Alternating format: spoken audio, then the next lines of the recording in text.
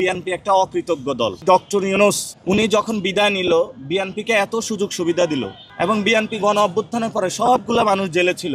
যারা জনগণ বাংলাদেশে তাদেরকে মুক্ত করে দিল, তাদেরকে একটা ধন্যবাদ দিল না তারা। এবং যারা উপদেষ্টারা তাদেরকে এত সুযোগ সুন্দর করে এতগুলো আসন দিয়ে দিল, ডক্টর ইউনূসকে তো তারা একটা লাল গালিচা সংবর্ধনা দিতে পারতো, তাও দেয়নি। এই জন্য বলবো হলো বিএনপি একটা অকৃতজ্ঞ দল এবং মানুষের প্রতি অকৃতজ্ঞ।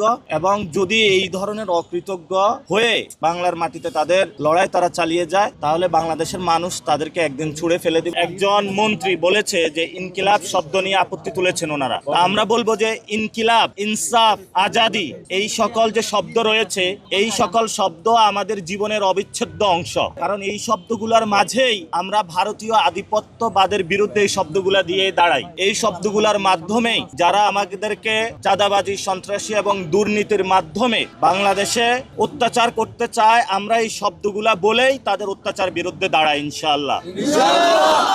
এবং যাদের ইনকিলাব, ইনসাফ এবং আজাদি শব্দে গাত্রদাহ হয়, তাদের মধ্যে আমরা দেখতে পাচ্ছি যে ভারতীয় প্রতিচ্ছবি। যেই শব্দগুলা নিয়ে গাত্রদাহ আগে হলো শেখ হাসিনার হয়েছে, আওয়ামী লীগের হয়েছে, এখন হলো আমরা বলবো না পুরা বিএনপির মধ্যে অনেক লোক আছে যারা গুপ্ত ভারতীয় এজেন্ট।